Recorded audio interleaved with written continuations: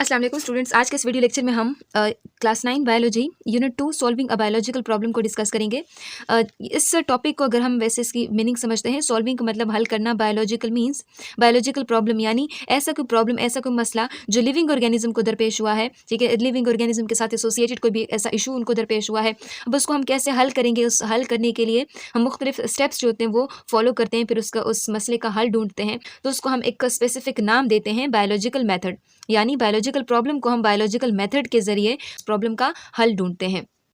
In previous unit, you come to know that science is the study of world through observation and experiment. कहते हैं previous unit में आप पढ़ चुके हैं कि साइंस क्या है। साइंस दुनिया का मुताला है, और दुनिया का मुताला आप कैसे करते हो? Through observation and experiment. आप ऑब्जर्वेशन करते हो, आप मुशाहदा करते हो दुनिया के मुख्तलिफ फिनोमिनस का, दुनिया में जो होने वाली मुख्तलिफ प्रोसेसेस हैं आप उनका मुशाहदा करते हैं, फिर उसके बाद उसके ऊपर एक्सपेरिमेंट परफॉर्म करते हैं। तो ये आप दुनिया के बारे में जानने की कोशिश करते हो। इस दुनिया के बारे में जानने की इस कोशिश को, इस मुताले को हम क्या कहते हैं?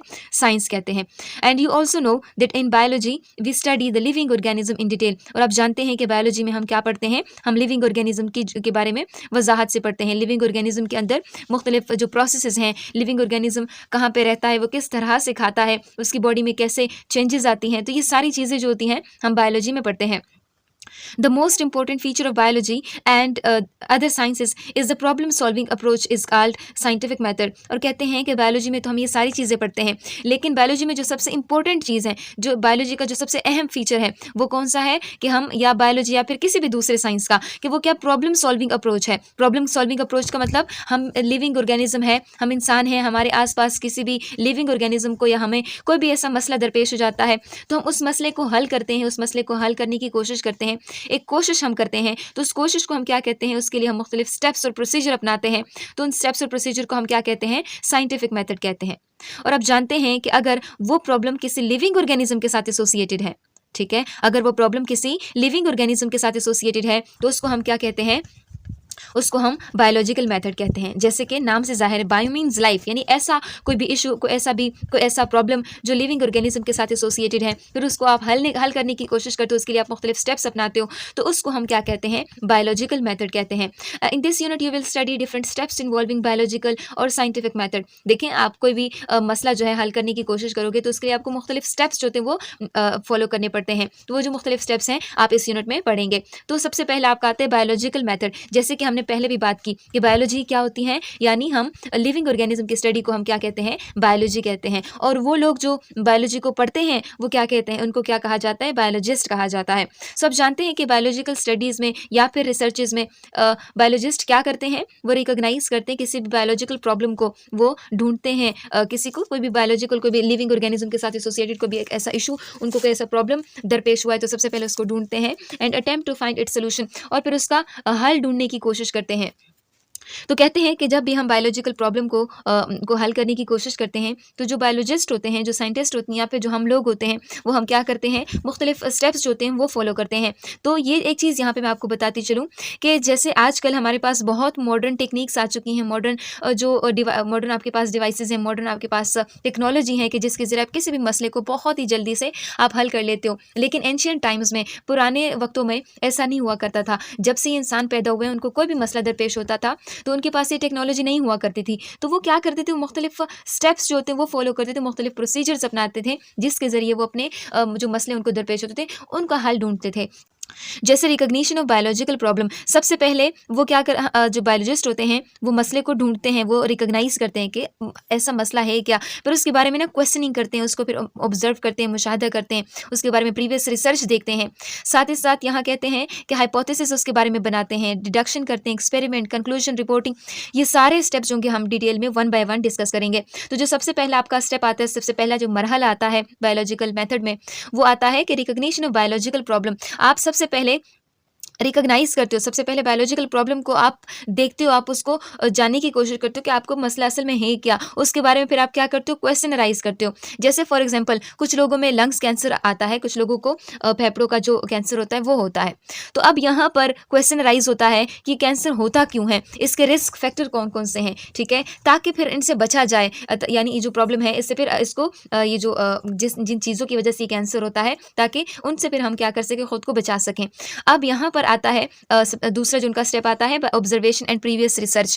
कहते हैं कि आप क्या करते हो, ऑब्जर्वेशन करते हो, या जो बायोलॉजिस्ट होते हैं वो ऑब्जर्व करते हैं चीज़ों को, ठीक है, और प्रीवियस रिसर्च उसके बारे में देखते हैं। जैसे कहते हैं after recognising a biological problem, जब वो बायोलॉजिकल प्रॉब्लम को, जब हयातियाती कोई मसला है, जब एक दफ़ा उसको वो ढूंढ लेते हैं, उसको रिकॉग्नाइज कर लेते हैं, फिर बायोलॉजिस्ट उसके बारे में मुशाहदे करते हैं, ठीक है। बायोलॉजिस्ट उसके बारे में क्या करते हैं, मुशाहदे करते हैं, ठीक है, and get help him in finding solution. और फिर क्या करते हैं, ये मुशाहदे फिर उनकी मदद करते हैं इस मसले का हल ढूंढने में। सो कहते हैं he also recalls his old observation, और फिर वो क्या करता है, रिकॉल करता है, अपने वापस से लेकर आता है अपनी जो पुरानी ऑब्जर्वेशन होती है, या जो पुरानी रिसर्च होती है, स्टडीज़ होती हैं, जो पहले इसी प्रॉब्लम या फिर इसी के साथ रिलेटेड कोई ऐसा प्रॉब्लम हो, उनके साथ एसोसिएटेड कोई ऐसे ऑब्जर्वेशन जो पहले साइंटिस्ट ने या फिर उसने खुद किए होते हैं, तो फिर वो क्या करते हैं, वो सबसे पहले वो पढ़ते हैं, उसके बाद वो क्या करते हैं, फिर ऑब्जर्वेशन करते हैं। अब ऑब्जर्वेशन आप कैसे कर सकते हो, ये यहाँ पे क्वेश्चन अराइज होता है कि ऑब्जर्वेशन जो होती है आप किस तरह से करते हो।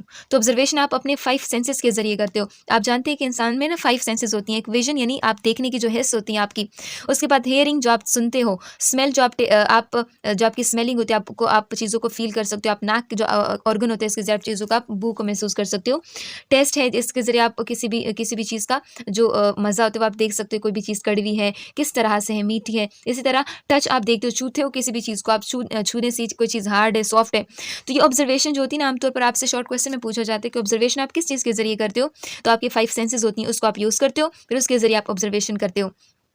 अब यहाँ पर आपसे कहा जाता है कि ऑब्जर्वेशन की ना 2 टाइप्स होती हैं। ऑब्जर्वेशन की ना 2 टाइप्स होती हैं। ऑब्जर्वेशन जो होती हैं आपके पास, एक होती है क्वालिटेटिव, दूसरी होती है क्वांटिटेटिव। सो क्वांटिटेटिव ऑब्जर्वेशन जो होती है ज़्यादा एक्यूरेट होती हैं क्वालिटेटिव ऑब्जर्वेशन के मुकाबले में, क्योंकि ये मेजरेबल होती है, इसको हम मेजर कर सकते हैं और उसके नंबर में आप रिकॉर्ड भी कर सकते हो। जैसे फॉर एग्जांपल मैं कहूँ कि ये जो पेंसिल है ये हल्का है as compare to this book, यानी ये बुक भारी है as compare to this pencil.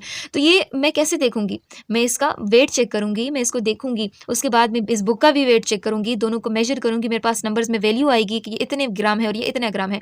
तो वो वैल्यूज़ मेरे पास नंबर में आ जाएगी, तो वो ज़्यादा एक्यूरेट है, वो बिल्कुल सही, उसमें गलती की कोई गुंजाइश इतनी नहीं होती। तो जो आपसे एमसीक्यूज़ में पूछा जाता है कि कौन सी ऑब्जर्वेशन जो होती हैं ये ज़्यादा एक्यूरेट होती हैं, तो आपका आंसर होना चाहिए क्वांटिटेटिव ऑब्जर्वेशन। तो यहाँ आपका एमसीक्यू जो होता है यहाँ आपका बन सकता है। हमने 2 ऑब्जर्वेशन की 2 टाइप्स पढ़ ली, quantitative observation and qualitative observation. Quantitative observation जैसे आपको नाम से पता चल रहा है, क्वांटिटी यानी तादाद की हम बात कर रहे हैं, और क्वालिटेटिव इट मीन्स यहाँ पे हम क्वालिटी की बात करते हैं, किसी भी चीज़ की खूबी की या खामी की बात करते हैं, ठीक है। तो सबसे पहले हम क्वांटिटेटिव ऑब्जर्वेशन की बात करते हैं। क्वांटिटेटिव ऑब्जर्वेशन में ना हम नंबर की बात करते हैं, हम डेटा नंबर में काउंट करते हैं, और ये जो ऑब्जर्वेशन होती है, ये जो मुशाहदे होते हैं, इसको हम क्या कर सकते हैं, मेजर कर सकते हैं। लेंथ हो गई, हाइट हो गई, एरिया, टेम्परेचर, वॉल्यूम, वेट।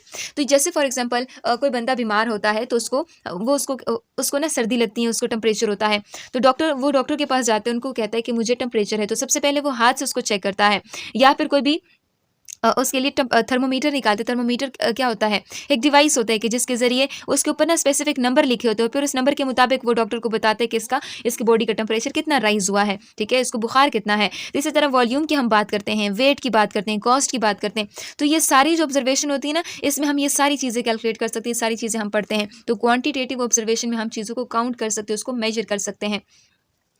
उसके बाद क्वालिटेटिव ऑब्जर्वेशन की हम बात करते हैं। क्वालिटेटिव ऑब्जर्वेशन ये वो ऑब्जर्वेशन होती है कि जिससे हम किसी भी चीज़ की क्वालिटी को देखते हैं।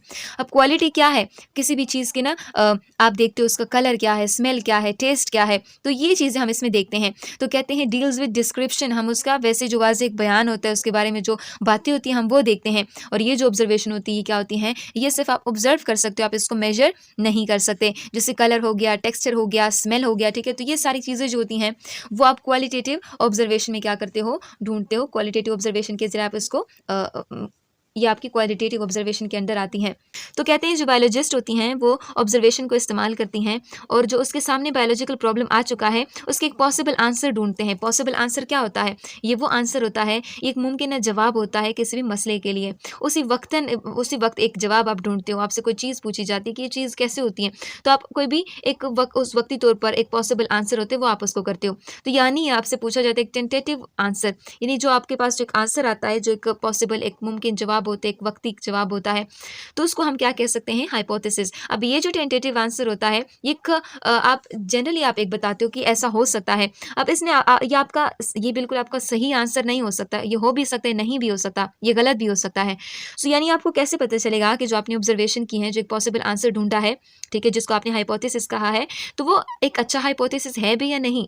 तो एक अच्छे हाइपोथेसिस की कुछ कैरेक्टरिस्टिक्स हैं, कुछ खसूसियात हैं, वो हम देखेंगे, ठीक है? तो ये कुछ खसूसियात आपको दी हुई हैं, ये आपने इसको देखना है और ये आम तौर पर आपका शॉर्ट क्वेश्चन आ सकता है कि अच्छे हाइपोथेसिस की क्या कैरेक्टरिस्टिक्स होती हैं। तो ये आप लोगों के ये 4 पॉइंट्स फिर आप लिख सकते हो अपने आंसर में। सो यहाँ आता है, यहाँ कहते हैं it is based on the observation made by the biologist. कहते हैं कि अच्छी हाइपोथेसिस कौन-सी होती है? वो हाइपोथेसिस होते हैं कि ये जो ऑब्जर्वेशन जो बायोलॉजिस्ट ने की होती है, उनके ऊपर बेस्ड होता है। इनकी बुनियाद किस चीज़ के ऊपर होती है? ऑब्जर्वेशन के ऊपर बेस्ड होती हैं। उसके बाद कहते हैं proposed statement to answer the problem.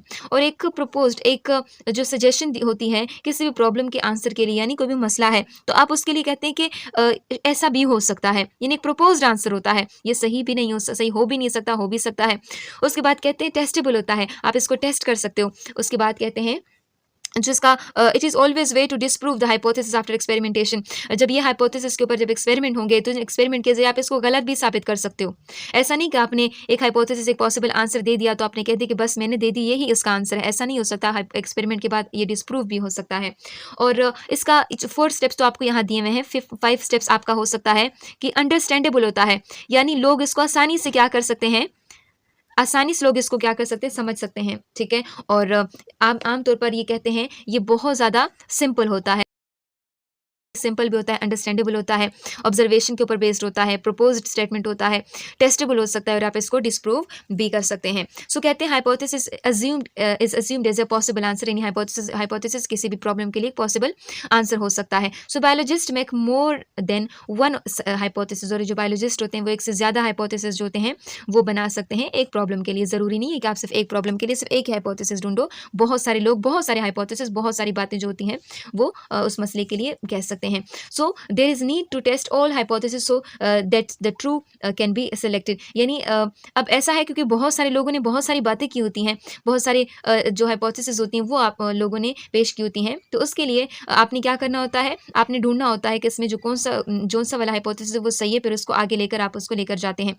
तो ये जो टेस्टिंग होती है आप इसको टेस्ट करते हो मुख्तलिफ एक्सपेरिमेंट्स के ज़रिए, और फिर उसके बाद एक्सपेरिमेंट तक जाने से पहले लोग क्या करते हैं, डिडक्शन करते हैं। अब ज़ाहिर है कोई एक ऐसा प्रॉब्लम है तो उस प्रॉब्लम के लिए आपके पास ना कोई लोगों ने ना कोई आपने 50 लोग 100 लोगों ने 50 या फिर 100 ऑब्जर्वेशन लोगों ने की हैं, तो उसके बाद 50 या फिर 100 हाइपोथेसिस लोगों ने पेश किए हैं, तो उन 50 और 100 को तो आप इनके एक्सपेरिमेंट नहीं कर सकते।